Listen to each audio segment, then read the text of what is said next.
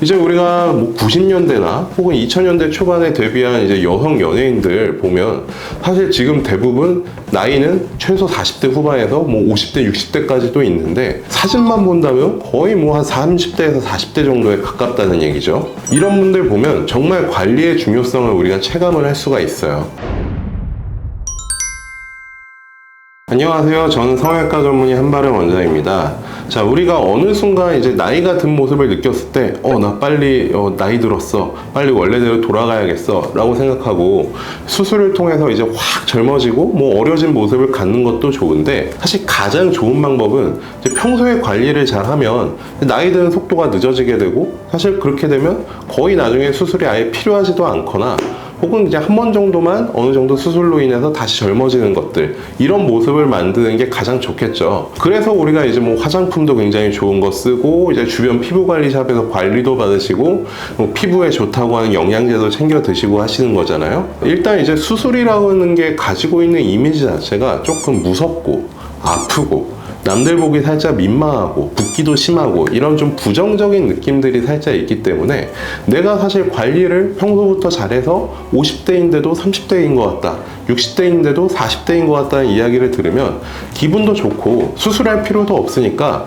이런 방법이 사실 가장 베스트라고 할 수가 있을 것 같은데요. 이제 우리가 뭐 90년대나 혹은 2000년대 초반에 데뷔한 이제 여성 연예인들 보면 사실 지금 대부분 나이는 최소 40대 후반에서 뭐 50대, 60대까지도 있는데 사진만 본다면 거의 뭐 한 30대에서 40대 정도에 가깝다는 얘기죠. 이런 분들 보면 정말 관리의 중요성을 우리가 체감을 할 수가 있어요. 당연히 이제 일반 사람들보다는 훨씬 더 관리에 투자를 하니까 그만큼 젊어 보이는 거고요. 그래서 오늘은 이제 병원에서 할 수 있는 노화를 조금이라도 늦출 수 있는 관리법으로 수술을 제외한 방법 중에 어떤 시술들이 있는지에 대해서 알아보도록 하겠습니다. 먼저 이제 수술과 시술의 차이를 좀 더 얘기를 해보도록 할게요. 사실 의학적으로는 정의가 조금 깊고 다르긴 한데 우리가 그냥 일반적으로 쉽게 느낄 수 있는 수술은 수면 마취나 혹은 뭐 이제 전신 마취가 필요하고 시간도 좀 오래 걸리고 수술 후에는 뭔가 꼬매놓은 실밥이 있고 그 다음에 붓기도 굉장히 크고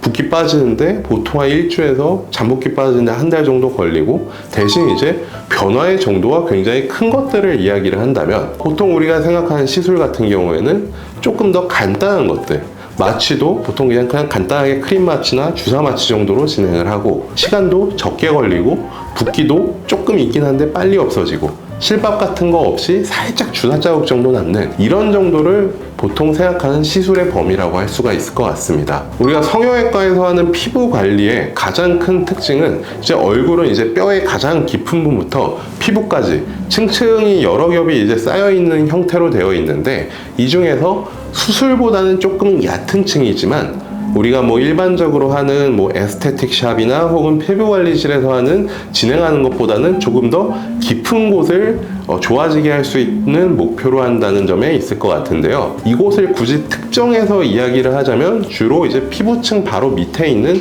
진피층과 피하지방층을 관리를 보통 하게 된다고 보시면 될 것 같고요. 여기서 조금 더 깊숙이 들어가면 스마스층이라고 하는 근육 바로 위에 있는 층까지도 대상으로 한다라고 보시면 될 것 같습니다. 먼저 가장 얕은 층이라고 할 수 있는 피부 바로 밑에 있는 진피층에 주사하는 시술들부터 살펴볼 건데요. 우리가 보통 이제 스킨 부스터라고 하는 시술들이 있습니다.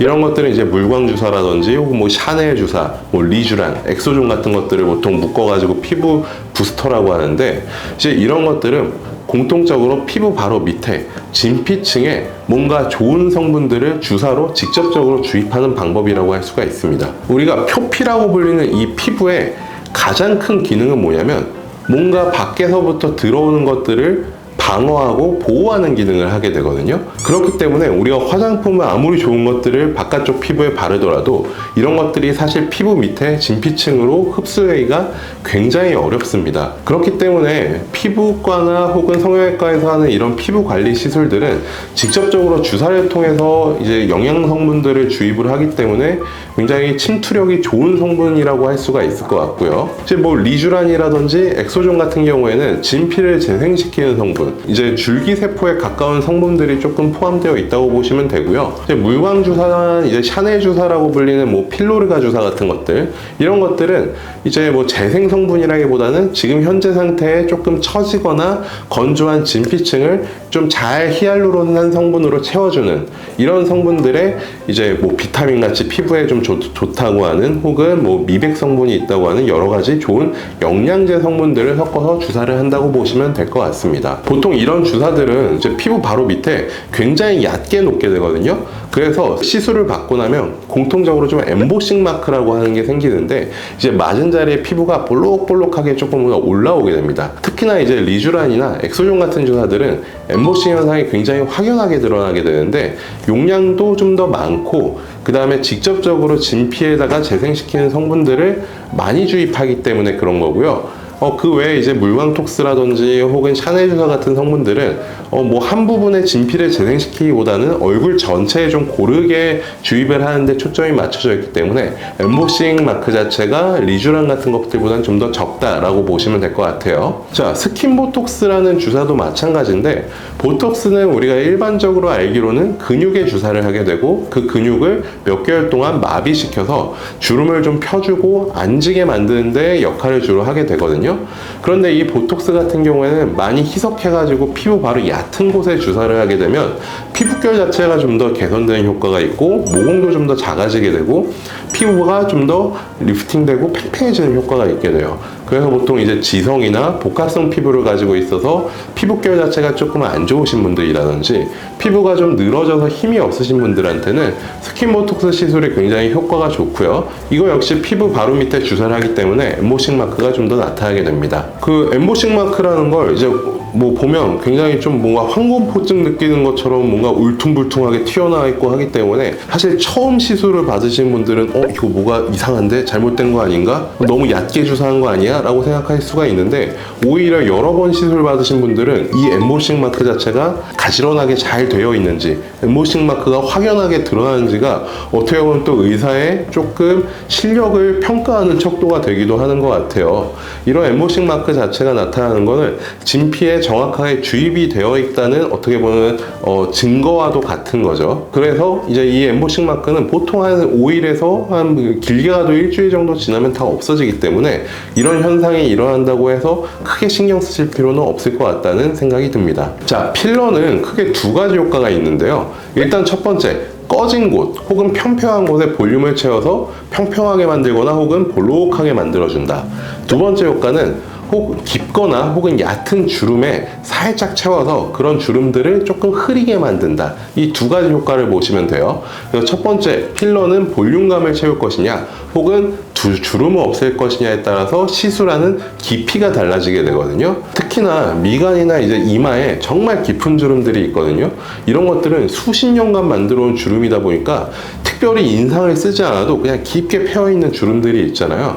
이런 주름 같은 경우에는 깊은 층부터 해서 피부 바로 밑에 있는 얕은 층까지 층마다 층층이 조금씩 채워줘야 주름이 조금씩 볼록하게 올라오면서 채워지는 효과가 있게 돼요. 자, 주베룩이나 스컬트라 같은 이제 콜라겐 부스터 필러라고 얘기하는 것들은 우리가 원래 알고 있는 좀 클래식하게 뭐 팔자라든지 이마에 사용하는 필러보다는 조금 더 얕은 층의 시술을 하게 되거든요. 이제 콜라겐을 생성해주는 효과가 있는 건데, 콜라겐 같은 경우에는 피부 가까운 층에 있기 때문에 그런 거고요. 콜라겐도 바로 생기는 게 아니라 사실 몇 달에 걸쳐서 서서히 채워주는 효과가 있기 때문에 즉각적인 효과보다는 조금 더 장기적인 효과로 보시는 게 좋을 것 같고요. 주베룩 같은 경우나 스컬트라는 조금 더 얕은 층에 시술한다. 원래 우리가 볼륨을 채우기 위해서 시술하는 필러들, 뭐 이마 필러라든지 관자 필러 혹은 뭐 터크 필러, 이런 경우에는 보통은 뼈 바로 위층 혹은 근육 아래층에 시술을 하게 된다고 보시면 될 것 같아요. 레이저 리프팅은 오늘 말씀드린 시술 중에서는 가장 깊은 곳을 타겟으로 하는 시술인데요. 진피 바로 밑에는 지방덩어리, 피하 지방층이 있고요. 그 바로 밑에는 스마스층이라고 불리는 얇은 근막으로 이루어진 층이 있습니다. 스마스층이라는 거에 대해서 그냥 간단하게 설명을 하자면 사실 우리가 안면거상 수술이라는 수술에 있어서 가장 핵심적인 타겟이 되는 층이라고 할 수가 있는데, 어떻게 보면 얼굴의 노화에 있어서 가장 핵심적으로 일어나는 층이라고 보시면 돼요. 이 스마스 층 위에 지방 덩어리와 피부가 올려져 있다고 생각하시면 되거든요. 이 스마스가 늘어지게 되면 어떻게 되나요? 지방도 같이 늘어지면서 피부도 같이 늘어지게 되고요. 스마스 층 자체가 축 하고 밑으로 내려가게 되면 지방 덩어리도 축 밑으로 내려가고, 그 다음에 그 위에 있는 피부도 쭉 내려가게 되는 거죠. 반대로 생각을 한다면 이 스마스층만 당겨주게 되면 지방 덩어리라든지 피부가 같이 당겨져 올라가기 때문에 어떻게 보면 동안 수술로 가는 가장 핵심적인 층이라고 볼 수가 있을 것 같습니다. 자, 그래서 이 레이저 리프팅은 스마스층을 타겟으로 하게 되는데, 쉽게 얘기하면 깊은 층, 이 스마스층에 열을 가해서 쪼그라뜨리는 역할을 하게 됩니다. 우리가 쉽게 얘기하면 불판에 고기 살짝 올려놓으면 익으면서 살짝 수축하죠. 물론 이제 그 정도의 열은 아니지만 어느 정도 스마스층이 좀 쪼그라들고 타이트닝 될 정도의 열을 계속적으로 가하게 되는 게 레이저 리프팅 시술의 핵심이라고 보시면 될 것 같아요. 자, 그래서 이 스마스층에 열을 가해서 살짝 수축하게 만들면 얼굴 자체도 리프팅되는 효과가 생기고 조금 더 탱탱해지고 탄탄해지는 모습을 갖게 되는 거죠. 자, 스마스층 위에는 지방층이 있으니까 우리가 열을 가했을 때 이 지방층에도 열이 어느 정도 전달이 되게 되거든요. 그렇게 되면 이 지방층도 같이 조금 쪼그라들면서 수축하거나 작아지게 되기 때문에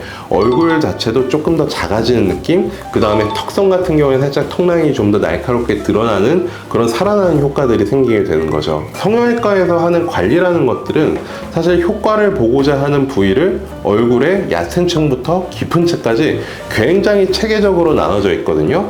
그래서 사실 노화라는 것이 사실 이런 층들을 따지지 않고 전체적으로 같이 진행되는 경향은 있습니다. 그렇기 때문에 이제 우리가 위에서 이야기한 것들을 다 같이 진행을 하게 되면 사실 나쁠 건 없죠. 모든 층들을 가리지 않고 다 좋아질 수 있게 하는 거니까요. 다만 이제 우리가 사람마다 특정 층의 노화가 조금 더 두드러지게 나타나는 분들도 있거든요. 뭐 예를 들어서 피부가 얇은 분들 같은 경우에는 피부가 가장 먼저 처지기가 쉽습니다. 그러면서 노화가 진행되기 쉽기 때문에 피부 진피층 쪽에 있는 시술들을 직접적으로 집중적으로 관리를 받아주시는 게 좋을 것 같고요. 뭐 처음에 말씀드렸던 뭐 스킨 부스터라든지 혹은 뭐 주름을 없애는 필러 같은 것들, 그런 것들이요. 그 다음에 이제 굉장히 마른 체형의 분들은 얼굴에 살이 빠지고 볼륨감이 부족해서 나타나는 노화가 주로 일어나게 되기 때문에 이런 경우에는 볼륨을 좀 채워주는 필러라든지 지방이식 같은 것들, 이런 것들을 위주로 볼륨감을 채워주는 시술 위주로 받는 게 좋겠죠. 그래서 이런 것들을 이제 집에서 한번 거울로 살펴보시고요. 나는 뭐가 부족한 것 같다. 나는 피부가 원래 얇지. 혹은 나는 너무 말라서 뼈 라인이 울퉁불퉁해서 좀 더 나이가 들어 보이는 것 같아.